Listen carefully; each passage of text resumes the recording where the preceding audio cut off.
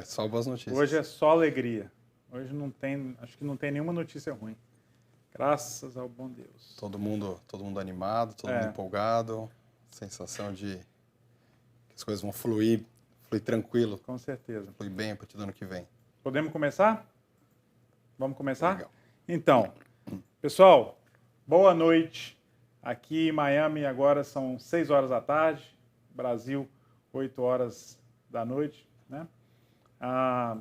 Meu nome é Alexandre Piquet, sócio fundador da Piquet Law Firm, escritório de advocacia sediado aqui em Miami. A gente atua nas áreas do direito imigratório, imobiliário, tributário e empresarial. Do meu lado aqui hoje, prazer de estar recebendo e estar trazendo e estar participando hoje conosco o Guilherme Caran. O Gui, como a gente carinhosamente chama, é o nosso gerente de relacionamento ao cliente. Ele tem extensa experiência não só em jornalismo, né, que foi sua carreira inicial de acadêmica e por opção, mas também aqui nos Estados Unidos, já é residente permanente aqui há muitos anos, tem experiência extensa dentro da área de imigração e principalmente nesse interface com o cliente que nos procura e inicialmente não sabe por onde começar. Como é que é? Fala primeiro com o advogado, às vezes o advogado já vem com a linguagem muito técnica. A gente vai explicar como é que funciona este passo a passo. Então, bem-vindo, Gui. Legal, prazer estar aqui. Eu cheguei nos Estados Unidos em 2013, né? Carreira de jornalismo no Brasil. Chegando aqui eu me reinventei. Eu sempre trabalhei com jornalismo esportivo, com futebol. Chegando aqui eu falei, pô, um país, apesar de só ter coisas boas, não tem um futebol tão forte. Então a gente precisa se reinventar um pouco. E eu descobri uma outra paixão, que é ajudar pessoas através da imigração. Muitas pessoas, assim como eu sonhava, sonham também em imigrar para os Estados Unidos. E aí eu comecei a estudar bastante sobre imigração. Até o meu próprio caso não foi um caso tão simples. E aí eu fui me apaixonando por esse assunto, por imigração. E hoje, totalmente diferente do que eu fazia no Brasil. Trabalho aqui na Law Firm, na Piquet Law Firm. E é basicamente isso que o Alexandre falou. Primeiro contato, sempre os primeiros contatos, às vezes vocês falam comigo ou com o Daniel. Contato mais informal, para tirar as primeiras dúvidas, um bate-papo mais informal, tentar entender qual que é a necessidade do cliente, para depois, aí sim, a gente marca uma consulta com um dos advogados da Piquet Law Firm. Sim. Antes da gente entrar aí no detalhe dessa parte do contato e como que faz para chegar até nós, acho que eu não podia estar com mais notícias boas do que hoje, né? A gente estava conversando vindo para cá.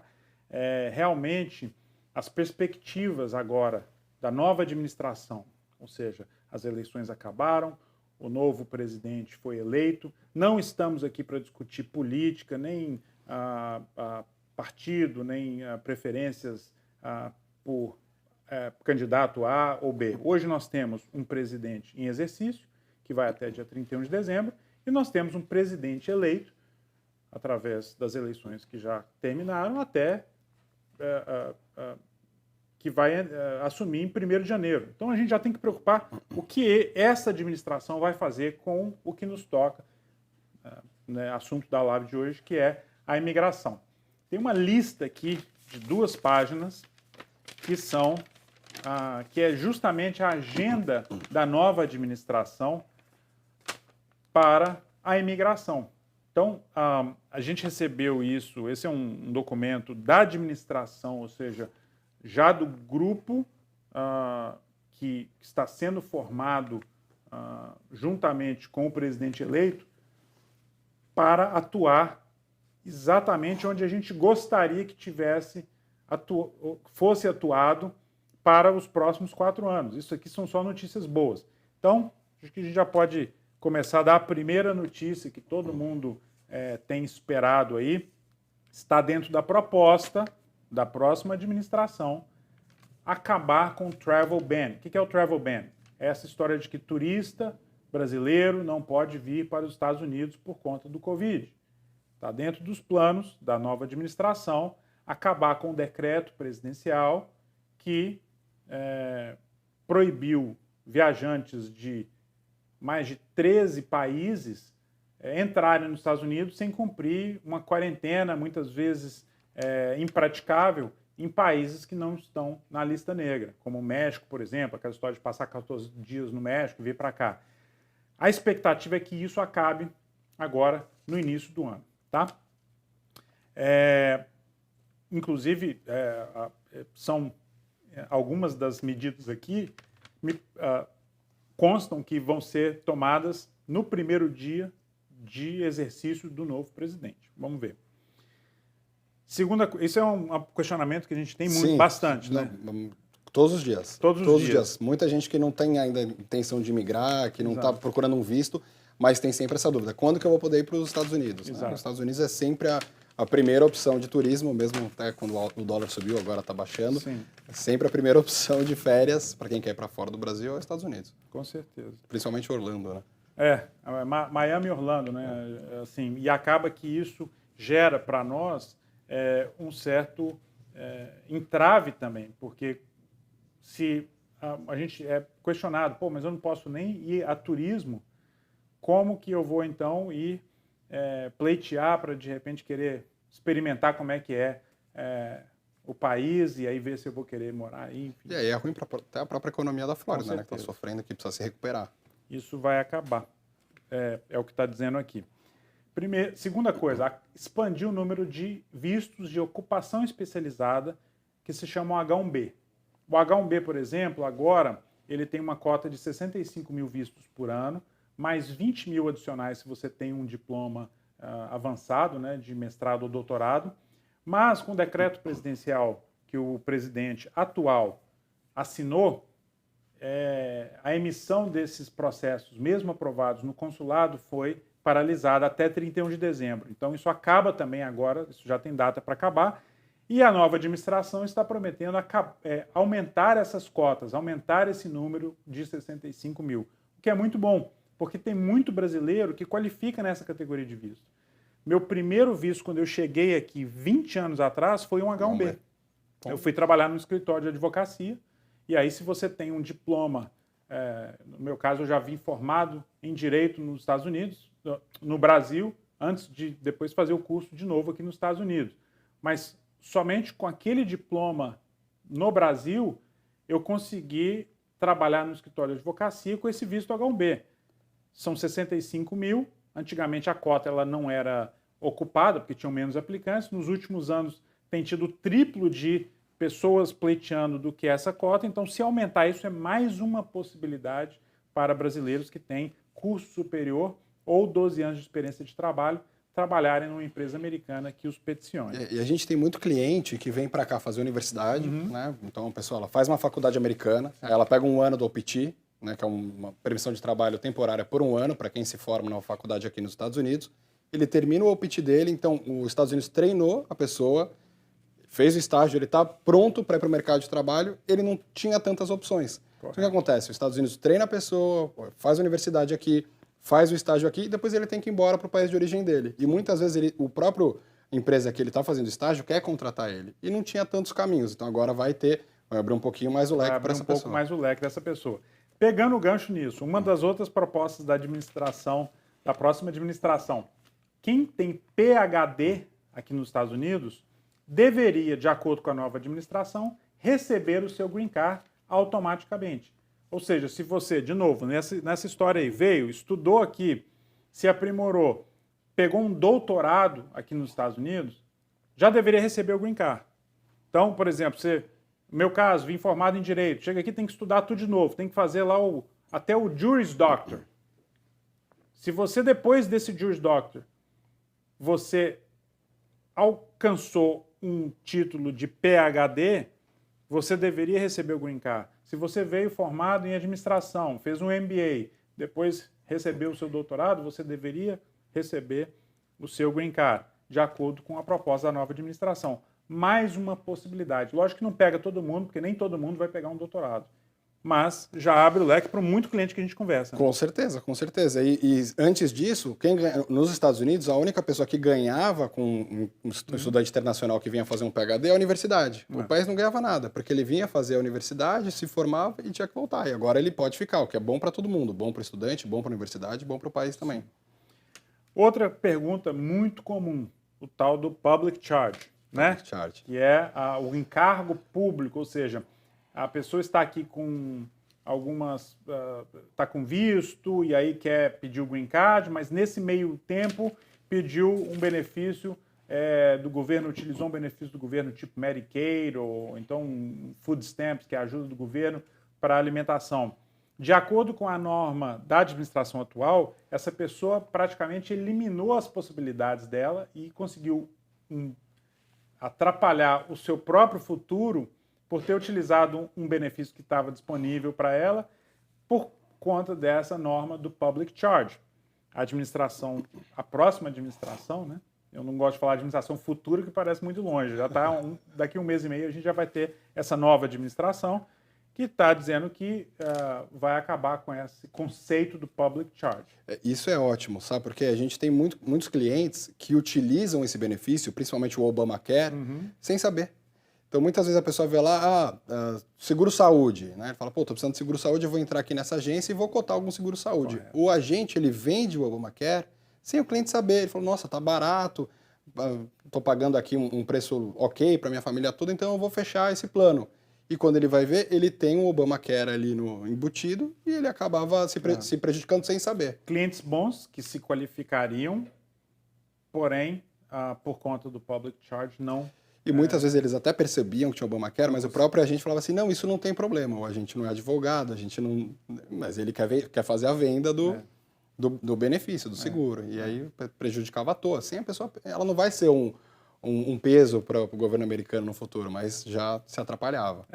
Vale lembrar que o que o Guilherme está citando é muito importante. A equipe de relacionamento com o cliente é composta de não advogados. Ou seja, não existe ali o intuito de dar aconselhamento jurídico para o cliente neste primeiro contato. O intuito é exatamente entender qual é a necessidade do cliente, entender qual é a intenção do cliente, e aí depois entra um dos advogados, um dos sócios, eu, o Dr. Mark, qualquer advogado, doutora Isabel, que esteja na firma para conversar e dar o aconselhamento jurídico. Mas é interessante porque até o tipo de linguagem é diferente. De repente você não quer ou não tem tanta liberdade de se abrir com um advogado, porque às vezes a nossa linguagem é muito técnica, é muito seca, a gente está falando ali, explicando de prazo, e de repente a linguagem do pessoal de relacionamento ao cliente consegue entender melhor a necessidade ou até identificar possibilidades simplesmente pelo fato de estar com o bate-papo aberto. Tem N casos, por exemplo, em que o pessoal do relacionamento ao cliente está conversando com um potencial cliente, que a gente chama de potencial cliente, porque não virou ainda, mas focando ali naquela pessoa. E de repente, né, não é raro falar, meu marido está aqui, minha esposa está aqui, ok, me fala então sobre o seu marido, a sua esposa, e aí de repente o cônjuge é quem teria uma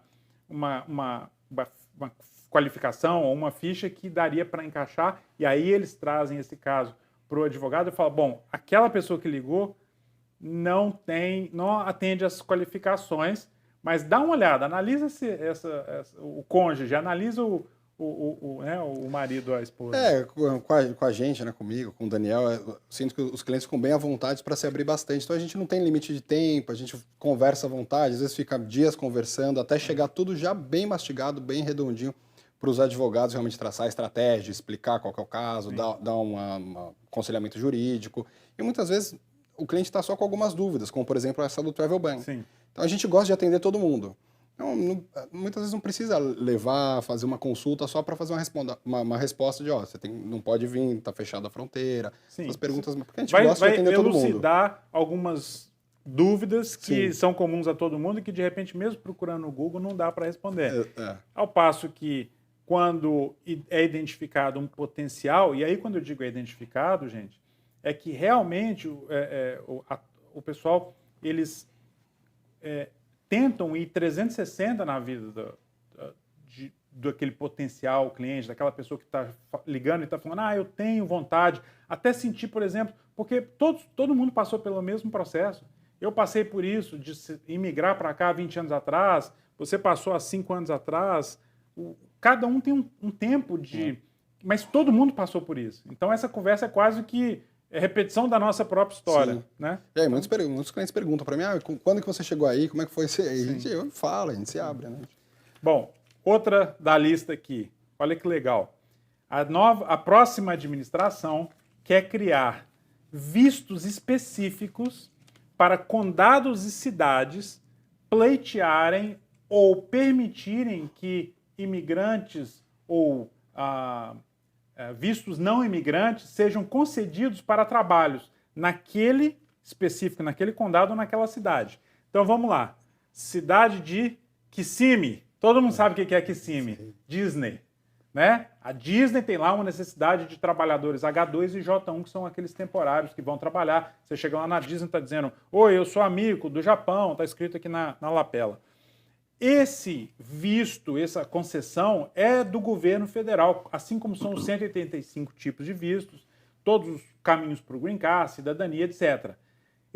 A nova administração está querendo melhorar isso, desburocratizar e deixar isso na mão dos condados que precisam, assim como trabalhadores rurais. Na Califórnia, por exemplo, para trabalhar nas fazendas, proximidade com o México, tem muita gente que quer chegar lá e trabalhar e tem que passar pelo governo federal. Então isso seria muito bacana também. Imagina aí Orlando, Miami, cidades aqui do sul da Flórida que têm necessidades específicas, né? E muitas vezes a pessoa está aqui, precisa trabalhar, não pode trabalhar, a cidade precisa da pessoa, que a pessoa trabalhe e não tem um caminho. Né? E agora parece que vai ter. Excelente notícia. A outra, reunião familiar. Então, por exemplo, nova administração entende que muitas vezes você tem membros da família diretos, estou dizendo pais, mães, filhos, que estão no seu país e outros estão aqui. Então, os que estão fora dependem, de novo, de às vezes um processo que vai demorar 1 ano, 2 anos, às vezes 10 anos para vir para cá. Digo processo que você se qualifica. Eu tenho um irmão que mora nos Estados Unidos, ele pode entrar com processo para mim, ele é cidadão. Pode, mas vai ter que demorar, vai ter que esperar 12 anos. A nova administração quer criar instrumentos para que esse family member, né, esse familiar, venha temporariamente para estar perto da sua família, enquanto espera pela aprovação. Existe algo parecido que é o famoso parole. Sim. O pessoal, ultimamente, eu digo nos últimos 5 anos, começou a chamar isso de combo card. Mas, historicamente, né, nos 20 anos que eu lido com isso, é chamado de... o nome técnico é parole, ou seja, é você ter uma autorização para estar aqui nos Estados Unidos, trabalhar, viajar, entrar e sair, até que saia a resposta final do seu processo. Eles estão querendo criar isso também baseado em familiares que estão fora para entrar aqui temporariamente. Ajudaria bastante. Quantos casos vocês atendem lá de clientes que falam, bom, se eu pudesse esperar aí, eu já entraria agora? Um monte, a maioria. Muitas vezes por causa da logística, espera, né, no Brasil, não pode estar aqui. Correto. Mas a logística seria muito melhor, a pessoa já está aqui enquanto ela espera todo o andamento do caso. Correto. Então, e ainda mais para brasileiro, que a família sempre gosta de dar todo mundo junto, né, brasileiro? Então, vamos dizer assim, se já tem um... E é normal, às vezes falar, o meu filho já está aí, está estudando, e agora ele já conseguiu, tá com green card, e ano que vem ele já tira a cidadania, mas como que a gente faz para estar perto dele? Ele pode pedir pela gente? Sim, ele pode. Um filho cidadão pode pedir pelos pais. É um processo rápido, mas rápido em que os pais têm que ficar esperando lá no Brasil, se não tem visto de turista, por exemplo, para vir para cá. Ele pode agora, talvez com essa proposta, vir antes. Então seria um parole invertido. Né? E o que faz sentido, porque o pai não tem culpa da imigração ter um tempo de fila, ela não conseguir fazer rápido o julgamento ou o processamento fazer rápido. Então, acho que faz sentido também. Correto. E a última delas, que eu peguei essa última lei que foi da anistia em 2001. Em 2001 eu trabalhava num escritório de advocacia, a gente fez um número absurdo de casos de pessoas que estavam ilegais e puderam se legalizar através da 245I. Desde então, tem 19 anos que a gente espera essa lei voltar e a proposta da nova administração é reinstaurar isso também. A gente tem uma média de 11 a 12 milhões de ilegais aqui nos Estados Unidos, que alguns deles, ou pelo menos estima-se que metade deles, poderiam ser beneficiados com essa lei tipo da anistia, onde você chegou aqui quando era criança e aí ficou ilegal esse tempo todo e agora não tem mais como se legalizar. Isso, na época, me lembro que era um pagamento de uma multa de $1.000 e aí você se legalizaria, porque você já estava morando aqui nos Estados Unidos há muitos anos, pagando imposto e estava meio que preso na ilegalidade, né, no limbo, porque se de repente resolve sair do país, aí você tem um castigo de 10 anos para poder voltar. Isso ajudaria muita gente que já está em solo americano, que qualifica para o processo. Não era automático, você tinha que qualificar para algum processo existente. Então, por exemplo, se você tem habilidade extraordinária, se você tem um sponsor para te fazer um H1B, se você tem, enfim, qualquer processo que te qualifique para qualquer tipo de visto ou residência permanente ou qualquer caminho, eles chamam Pathway to Citizenship, ou seja, é o caminho para a cidadania. Se você tem esse caminho para a cidadania legalmente, se você se qualifica para isso, mas só está travado porque está ilegal, você, com o pagamento de um FII para a imigração e com a comprovação de que você se qualifica, isso seria maravilhoso, porque também a gente recebe muita ligação de locais, né? Não é só de gente que está no Brasil. Muita. Tem gente que, né, até entrou ilegalmente, gente que está aqui ilegal há muito tempo, que quer um caminho, que quer ficar, que tem empresas interessadas em contratar pessoa que não tinha um caminho. Mas isso é interessante também, que ela mostra um pouquinho da nova visão, né, da administração, da próxima administração. Sim. Qual que é a visão que tem com imigrantes, mas num todo, né? Tanto que o Biden, quando ele foi fazer o discurso dele logo após a vitória, ele falou uma frase muito interessante, que eu gostei muito e me marcou, que ele falou, empathy wins, a empatia venceu. Então isso demonstra qual que é a visão do Biden, da Kamala Harris, da próxima administração, que é a empatia, né? Então, braços abertos, as pessoas, é uma administração mais humana, a gente pode dizer. Então, que não vai ter sustos para o imigrante, né? E lembrando que não é porque vai existir esse foco na reunião da familiar, na questão de quem está longe da família ou de quem já está aqui legal, que eles vão deixar de lado a imigração de mérito. Sim. Que é aquela que a gente está lidando no dia a dia. A imigração de mérito é a imigração de quem tem um currículo, um diploma avançado, é academicamente forte, ou tem um currículo excelente, comprovado as suas habilidades. É uma imigração onde você vem e faz um investimento maciço aqui nos Estados Unidos. É a categoria B, gente. EB1, habilidades extraordinárias. EB2, habilidades excepcionais ou diploma avançado de interesse nacional, em ambos os casos. EB3, que é você ter um sponsor americano, uma empresa americana que está peticionando por você no departamento de trabalho. A gente faz esse processo. Não precisa ter um grau de qualificação como EB1 ou EB2, pode ser um trabalho não qualificado. Eu lembro em 2001, na 245I, a gente fazia EB3, a gente ia para serralherias do condado de Broward, aqui perto, na cidade de Pompano Beach, e as pessoas que estavam trabalhando ali estavam ilegais, se qualificavam para anistia, mas não tinham qualificação profissional, né? Porque qualificação profissional quer dizer não é que a profissão não seja importante ou desqualificada, é que você não precisa ter um diploma, por exemplo, para exercer aquela profissão. Então tem muitas profissões que você não exige um conhecimento ou um estudo acadêmico. E essas profissões entram também no EB3, se você tem uma empresa aqui que assine por você e que peticione. E aí você tem o EB4, categorias especiais, categorias religiosas, por exemplo, A gente já fez bastante casos de congregações e membros de igreja, e o EB5, que é um investimento de $900 mil em centros regionais. Antigamente eram $500 mil, hoje $900 mil para centros regionais e 1.800.000. Quer dizer, tem o lado humano, tem o lado braços abertos, tem o lado da empatia, mas não é um pensamento do tipo, continua sendo um país capitalista e vai ser uma administração capitalista. Não existe essa história de agora vamos nivelar por baixo. Não existe isso, não existe. Eles vão continuar de braços abertos para quem vem trazer $900 mil, para quem tem sucesso comprovado no seu ramo ou setor, para quem tem realizações na sua vida acadêmica, profissional, para quem tem uma empresa americana que o queira participar, que o queira patrocinar para participar do mercado de trabalho aqui. Então, as notícias são boas no sentido de que não é que a gente está substituindo. Porque se estiver substituindo, né, Gui, a gente estaria trocando 6 por meia dúzia.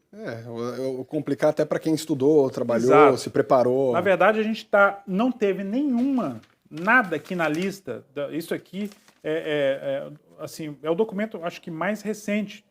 Biden Administration Agenda, ou seja, a agenda da administração do Biden. Nós temos esse documento aqui é o mais atualizado que saiu sobre as intenções. Isso aqui não é documento de campanha, isso aqui não é argumento para vencer a eleição. Isso aqui é o seguinte, já estamos eleitos, agora o que a gente pretende fazer? Ou seja, não precisa agradar ninguém. Isso aqui não é para convencer ninguém. Já ganhou. Agora, o que a gente pretende fazer? Muito, muito interessante. Inclusive, reformas no Executivo e no Legislativo, onde você tem, por exemplo, aqui,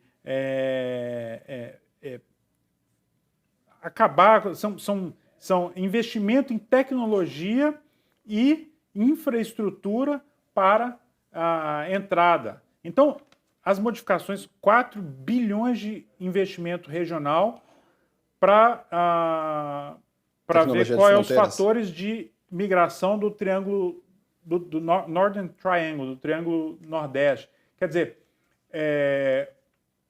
são modificações que às vezes você vai sentir ao entrar aqui nos Estados Unidos, ali no aeroporto, por exemplo. Né? Aquela fila que demora. Eu acho que a sensação, até mesmo para EB1, né, que são o top dos tops, o imigrante de habilidade extraordinária, eles também ficam mais tranquilos, por causa do que o discurso mudou.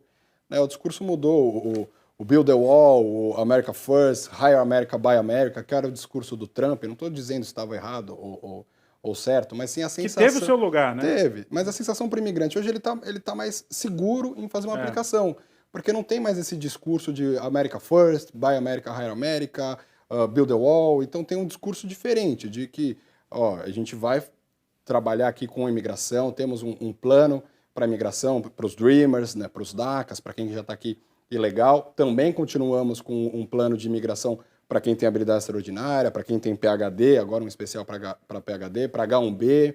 Então, muda um pouco o discurso, dá um pouquinho mais de segurança. Eu sinto que os clientes estão procurando mais, muitas ligações nos últimos dias, sábado, domingo, respondendo WhatsApp, fazendo ligação. Consideravelmente. Muito. Porque está todo mundo mais seguro. Parece que vai ser, nos próximos anos, um pouquinho com menos surpresa. Com o Trump tinha muita surpresa. Ordem executiva, então a gente não... O imigrante, quem gostaria de migrar, não o imigrante, ainda não se sentia tão seguro. Não se sentia bem-vindo. Ele fala assim, será que é o momento de eu ir agora? Então a gente respondia muito perguntas. O Trump não gosta de imigrante. A gente sabe que não é bem por aí. Mas até explicar, até algum cliente entender, não é isso, ele defende que não pode entrar ilegalmente, mas a gente sentia que existia uma insegurança. Hoje em dia, com certeza, a partir do próximo ano, a gente sabe que os clientes vão se sentir mais seguros e que é um momento ideal, não só para ter uma aprovação ou não, mas para o seu bem-estar, para a sua segurança, né? Para você não vai ter tantas emoções, tantas modificações. E vamos falar aqui de um detalhe agora técnico, de uma realidade numérica, tá? Fora toda essa perspectiva positiva, nós temos hoje um numerário que está quase 3 vezes maior de green cards disponíveis. Por quê? A gente falou isso 2 lives anteriores, ou 2 gravações anteriores. onde no final do ano, o ano fiscal da imigração aqui, ela termina em 30 de setembro, o ano fiscal federal, né? Ou seja, consequentemente da administração também da imigração, do USCIS. Em 30 de setembro, eles verificaram que não tinham sido utilizados 240 mil green cards para petições de família. O que eles fizeram agora nesse novo ano fiscal, que começou o 1º de outubro e vai até 30 de setembro do ano que vem? Eles pegaram esses 240 mil e adicionaram ao número de green cards dos EBs, que são 140 mil anuais. Ou seja, este ano fiscal, né, que a gente já começou e vai até 30 de setembro do ano que vem, nós temos 400 mil green cards. Nós tivemos a aprovação hoje, que chegou sem RFI, que é sem o pedido de documentação adicional, que é uma dificuldade, porque a gente tem que responder pontos específicos que a imigração exige. Nós tivemos a aprovação que chegou sem o pedido de documentação adicional, justamente, acreditamos nós, o mesmo caso, que tinha sido, esse caso específico, tinha sido recebido um RFI e depois uma negativa no ano passado. Esse ano, hoje, chegou essa aprovação. Então, a gente pegou um caso específico, que nos deu muita alegria, inclusive, porque o mesmo caso, anos fiscais diferentes, numerário maior, subentende-se que oferta e demanda, ou seja, se existe mais números, de repente a análise ela pode ser menos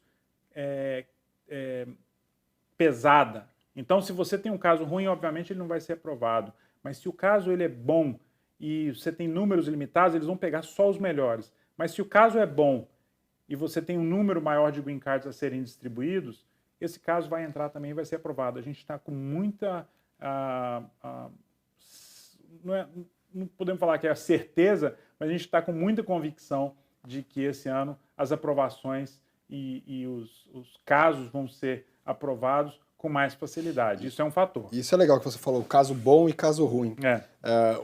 O que eu sinto muito dos clientes é que o brasileiro, normalmente ele é muito humilde. Né? Ele fala, mas eu não sou nenhum PhD. Né? O brasileiro já começa sempre se menosprezando às vezes. Então, se auto-sabotando. Né? O que eu acho legal, que eu até às vezes falo para o cliente, quando ele começa assim comigo, eu falo, na consulta com os advogados, se venda, né? Destaque as coisas que você fez boas. Então, no lugar do cliente definir se o caso dele é bom ou ruim, o interessante é ele procurar a gente, sentar com um dos advogados, e aí sim, o Alexandre, o Mark, definir, o caso é bom, o caso é fraco, porque muitas vezes o advogado fala o que você não quer ouvir, que o caso é fraco, mas muitas vezes você pode se surpreender e ter um caso bom. Então é melhor você procurar realmente quem pode definir se o caso é bom, se tem um caminho, e às vezes se não tem um caminho, te instruir o que você possa fazer, o que você pode fazer para melhorar, para num futuro próximo ter um caminho. Exato. E lembrando, né, e aí agora até entrando um pouco na logística ali, esse primeiro contato com a equipe de relacionamento ao cliente é justamente para falar tudo, para contar, de repente, coisa que você imagina que não seja relevante. Ah, não, mas imagina, eu trabalhei a vida inteira com administração de negócios e tive meu negócio próprio, mas meu hobby era fotografia e eu ganhei alguns prêmios internacionais de fotografia, mas isso eu já deixei de fazer isso há muito tempo. Como isso aí, de repente, te dá a possibilidade de um pleito justamente em cima desses prêmios internacionais na fotografia? Estou falando um caso real que eu me lembro de uma pessoa de tecnologia da informação, que a gente estava focando na tecnologia da informação, quando vimos os prêmios de fotografia do cara, a gente foi em cima da fotografia e deu certo. Então, conta pra gente, Guilherme, como é que é quando a pessoa que está com uma ideia, ou está com um pensamento, ou às vezes passou por aquele processo de, quem sabe se a gente quiser morar nos Estados Unidos, ou tentar pleitear um visto, um green card, ou então gente que já está no mercado avidamente pesquisando e procurando, já sabe tudo, já chega dando aula para gente, mas Como é que funciona quando essa pessoa entra em contato conosco? Então, tem dois tipos de pessoas. Tem o cliente que não sabe nada, só sabe que quer morar nos Estados Unidos, então a gente tem que perguntar muitos detalhes sobre a vida profissional, vida acadêmica, o que ela já fez, também hobbies, se ela tem algum esporte de hobby, fotografia. Às vezes a pessoa tem... A gente teve um cliente que o hobby dele era atirar. Era atirar, ele era atirador profissional, dava cursos de tiro, e foi ele tinha vários caminhos, esse era um outro caminho que ele tinha também.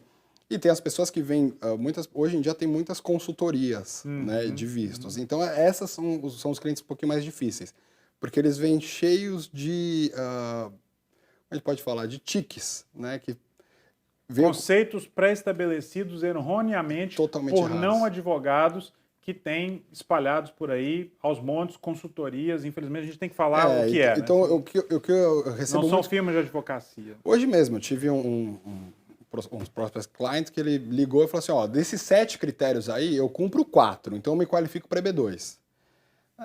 Sem conversar com o advogado. A primeira pergunta que eu faço, você conversou com um advogado? Ele normalmente ia falar, não, conversei com um consultor, tal. Eu falo, ó, deve você falar com um advogado, porque não é bem, o EB2 ele não é bem por aí, tudo bem que você tem os critérios, ele demonstra um pouquinho o que você já fez, mas me conta um pouquinho mais do que você já fez, a gente monta um formulário junto, e aí encaminho para um dos advogados para dar todo o aconselhamento jurídico e explicar de verdade como que funciona o EB2. Então, muitas vezes a pessoa ela chega até a gente sabendo de tudo, mas tudo errado. Ou aqueles que também realmente não sabem nada, né? Que realmente é o primeiro contato conosco. Aliás, eu acho que essa é a grande maioria, né, do pessoal que vem, porque a gente já tem uma base de clientes grande que acaba indicando outros clientes, a gente tem pessoal que já nos segue há mais de 10 anos, então não vem muito por comparação, mas tem aqueles que vêm ainda por comparação. E tem muitas vezes o que sabe alguma coisa, a gente faz umas perguntas, ele fala, não, eu quero fazer o EB2, faz umas perguntas sobre o EB2 específicas, monta o formulário, encaminho para uma consulta com o advogado, e aí de repente ele é um EB1.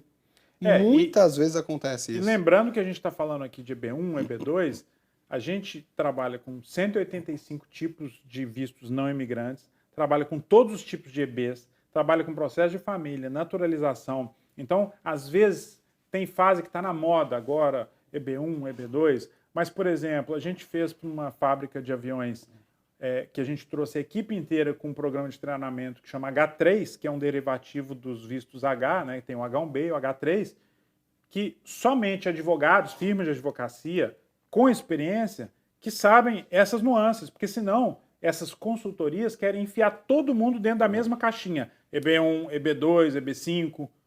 Então, se você não tem o conhecimento, e aí até, em alguns casos, muito pior, que se você não tem também a licença e a capacidade técnica e a autorização legal para praticar o exercício do direito, né?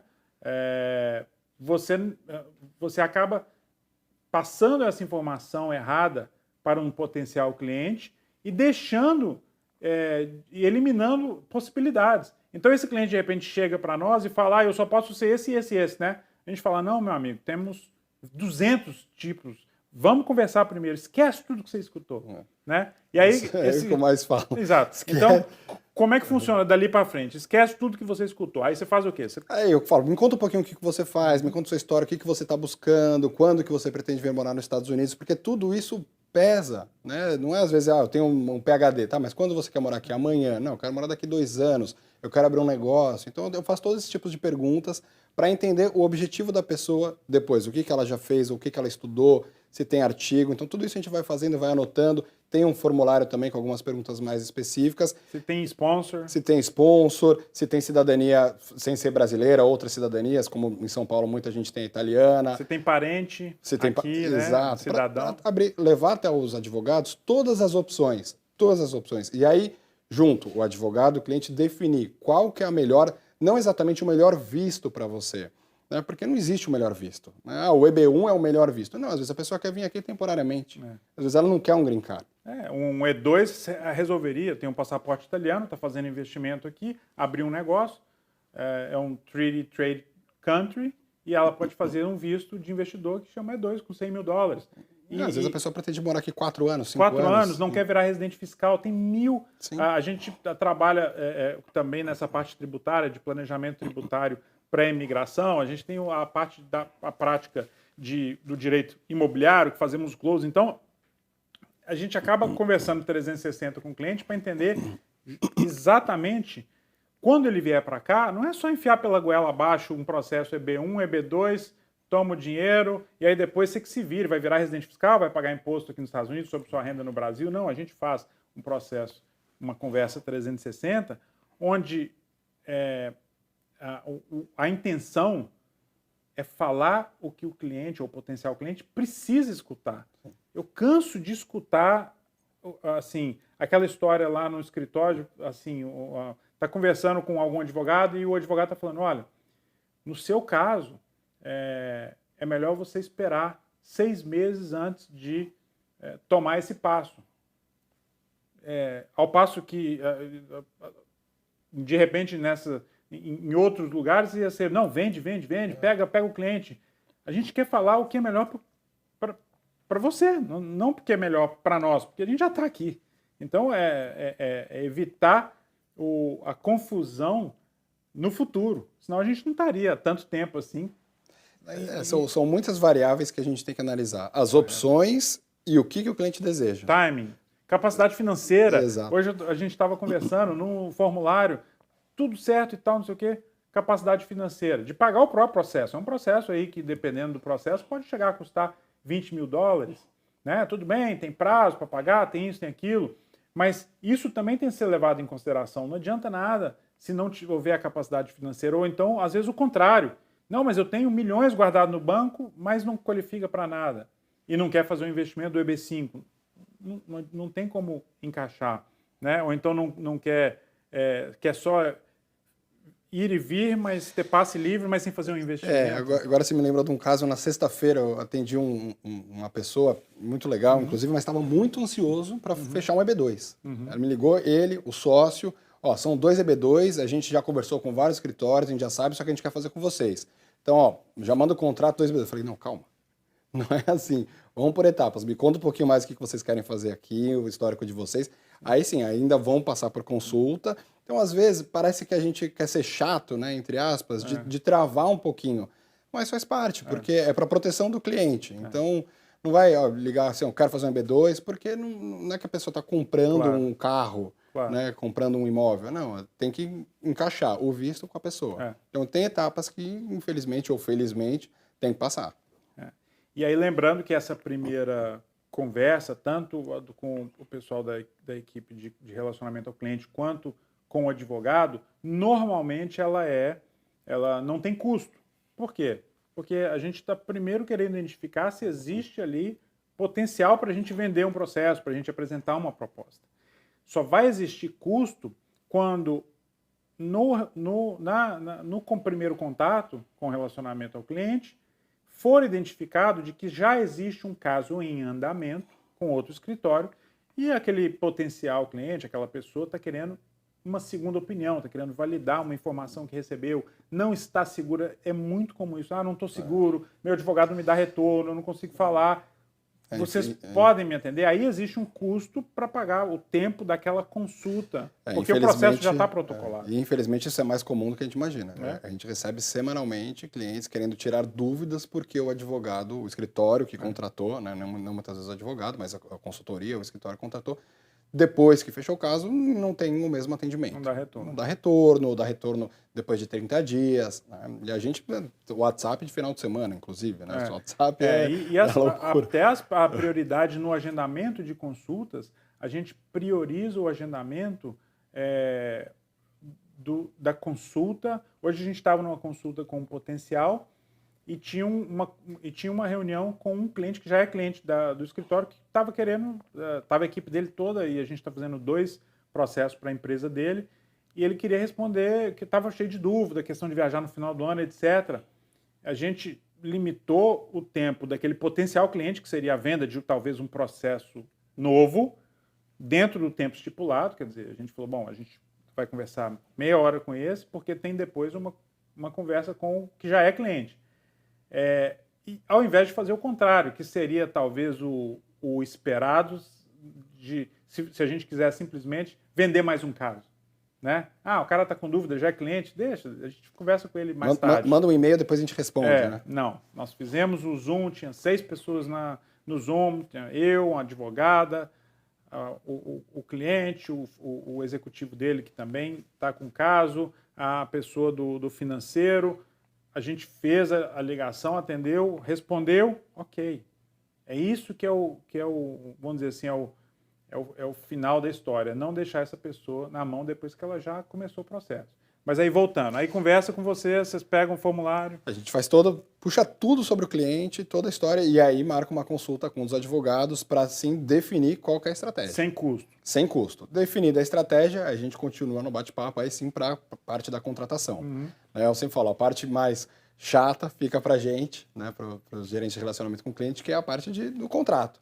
A negociação de preço, como que prefere pagar, e aí vai. Depois que assina, depois que começa o processo, aí encaminha para o departamento jurídico, e aí que o trabalho realmente começa. Sim, né? A gente tem, óbvio que as propostas são iguais para todo mundo, independente se o cliente tem mais recurso, menos recurso, o preço do trabalho é o valor daquelas horas colocadas ali, são valores que a gente chama de porteira fechada, né, que são valores fixos para cada trabalho, mas é óbvio que a gente tem flexibilidade, por exemplo, se for mais de um processo contratado ao mesmo tempo, ou se for antecipação de pagamento integral, com desconto, ou se for, por exemplo, o valor de tabela parcelamento próprio, a gente tem condição de fazer isso hoje, né, que a gente já tem uma carteira de clientes que nos possibilita fazer isso. O importante é não deixar um caso bom, que se qualifique, um caso que a gente julga que vai ser bem sucedido,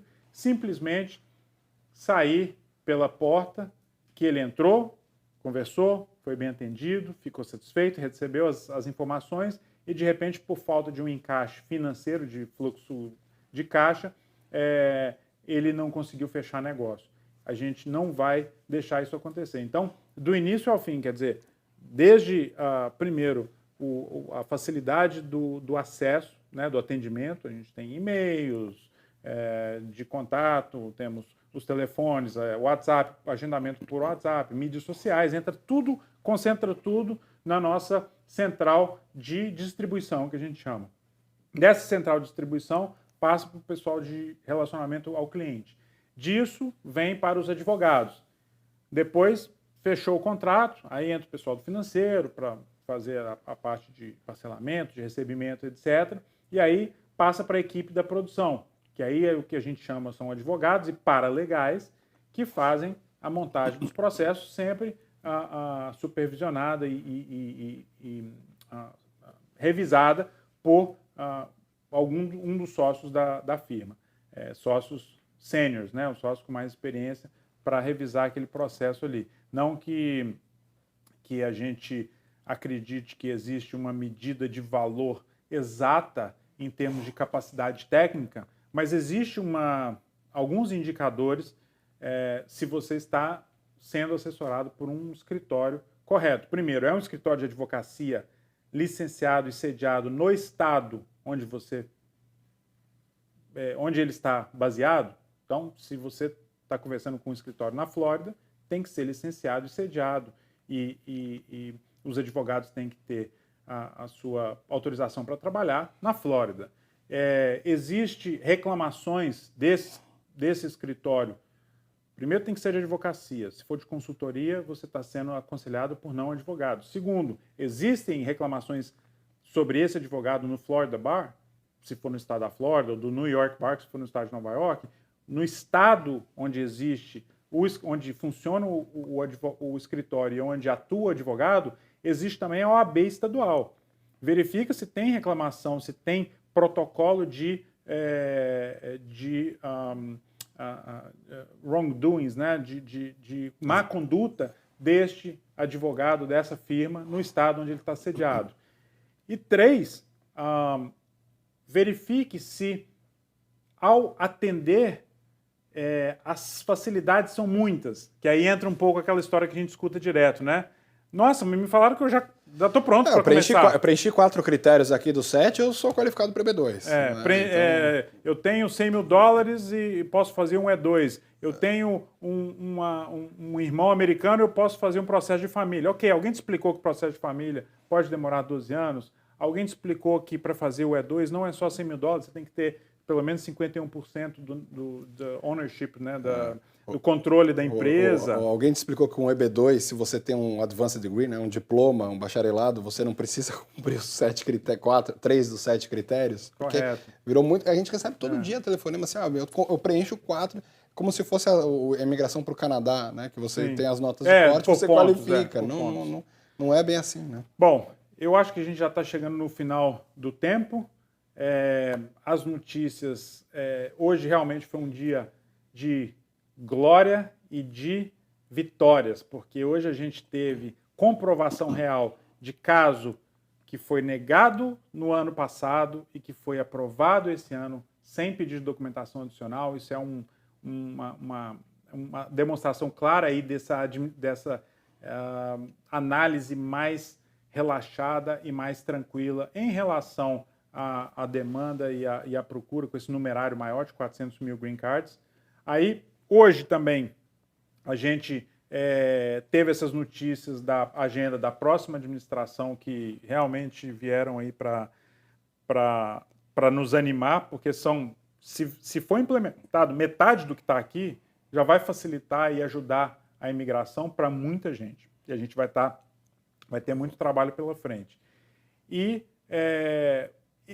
a vinda, né, do Guilherme como gerente de relacionamento ao cliente lá da Piquet Law Firm, o intuito era mostrar que por trás desta, né, da logomarca e daquela história do advogado ali de terno e gravata, existem pessoas como nós, como todo mundo. Quer dizer, a gente está ali o dia inteiro, somos seres humanos que estamos passando pelos mesmos problemas, tem filho pequeno em casa, entendeu? Teve que passar pelo processo de imigrar para cá, pelas dúvidas, e aí liga um cliente, um potencial cliente, a gente bate papo, aí desliga o telefone, aí conversa, pô, você acredita isso? Olha que caso interessante. Está sempre aprendendo com as novas conversas, aprendendo sobre como é que o mercado está indo, aprendendo sobre as novas tendências. Então, é muito gratificante poder ajudar as pessoas, nem que seja na própria consulta, para tirar o cara de uma fria, né? Tirar o cara de uma armadilha. Sim, né? sim. E a sensação também que eu estou sentindo, da semana passada, quando começou a ficar meio claro que o Biden ia ganhar, muitas mensagens otimistas de clientes, né, atuais clientes, falando, não, agora eu quero entrar com o meu caso já rápido. Cliente que já está produzindo caso, falando, não, calma, vamos fazendo. Porque sentiu que a hora é agora, né? Parece que vai abrir uma janela, que ele tem que entrar nessa janela. E de pessoas que a gente já está conversando, tem gente que conversa há 1 ano e meio, 2 anos, né? Que quer imigrar. E assim, eu vou batendo papo, eu sei que uma hora vai chegar a hora dessa pessoa, querendo agora realmente iniciar o processo. Por quê? Está otimista. Eu sinto que muita gente está muito otimista pelo que vem no ano que vem. A gente não vai entrar em muitos detalhes da política, mas pelo menos a gente sabe que não vai ter tanta emoção, claro. Principalmente para o imigrante. O Trump ele usava muito de ordens executivas, né? Não tinha tanto bate-papo, tanta conversa com o legislativo. Né? Então a gente acredita que com o Biden não vai ter tanta ordem executiva, vai ter mais bate-papo. Né? Principalmente, algumas pessoas falam, mas é esquerda, o que vai ser? Vai virar Venezuela? Não, o Biden está muito mais para centro do que para a esquerda. O país continua capitalista, aqui tem esse pêndulo de democrata e republicano que é saudável, não são 50 partidos igual no Brasil, você tem ali um lado, o outro, você já sabe o que esperar, todo mundo fica ali no centro, não é muito extremo nem para um lado nem para o outro. Então, quanto a isso aí, acho que a economia do país, o país vai continuar forte, até em relação ao dólar, já deu uma melhorada, o dólar caindo no Brasil, né? O dólar caindo, anúncios de vacina, né, para o Covid. Então, ano que vem parece são muito boas. Para nós, para a imigração, realmente não podia ser melhor. A gente vai fazer uma na semana que vem. Aí acredito que vai estar o Dr. Mark também, sócio lá que toca a parte de todas as respostas às perguntas técnicas acabam caindo no colo dele, porque além de advogado, formado, licenciado, sócio da parte da prática de imigração da firma, é também um sujeito que trabalhou dentro do serviço de imigração. Durante quase 7 anos trabalhou no USCIS, no serviço de imigração. Então, muitas perguntas que são técnicas específicas, ele tem a resposta por ter vivenciado isso lá dentro. Então, a gente vai fazer uma semana que vem respondendo algumas dessas perguntas. E o bom é quando o cliente fala com o Mark, ele já sai treinado para entrevista, né? Exato. A imigração exato. tem entrevista sempre de receber se for um processo de green card, tem entrevista. Exato. Já saiu treinado porque já falou com um ex-oficial da imigração, né? Um immigration officer que estava ali. E eu brinco, muitas vezes é mais difícil a entrevista com o Mark do que com a agente de imigração. Correto. Que hoje é importante, a gente fala com o cliente, é importante que o seu processo esteja bem, às vezes tem processos que saem com 2.000 páginas, que ele esteja bem sedimentado e bem documentado, a materialidade do processo tem que ser boa, mas você também, o seu psicológico tem que estar bem, porque se você for para uma entrevista e de repente não souber responder o que está lá no processo, que é a realidade da sua vida, a sua história de vida, né? De repente pode gerar qualquer tipo de dúvida na cabeça do oficial da imigração ou do consular office, né, no oficial do consulado. Então é isso aí. Queria agradecer. Obrigado, Gui, por ter vindo. Eu que agradeço, né? eu que agradeço Tomara o convite. venha nas Muito próximas legal. aí. A gente está aqui de novo nos bastidores, nos estúdios da BKS, nos bastidores está o pessoal todo que sempre nos apoia e nos ajuda aqui. E vamos encerrar por hoje. Queria dar uma boa noite para todo mundo e até a próxima. Tchau, tchau, boa noite.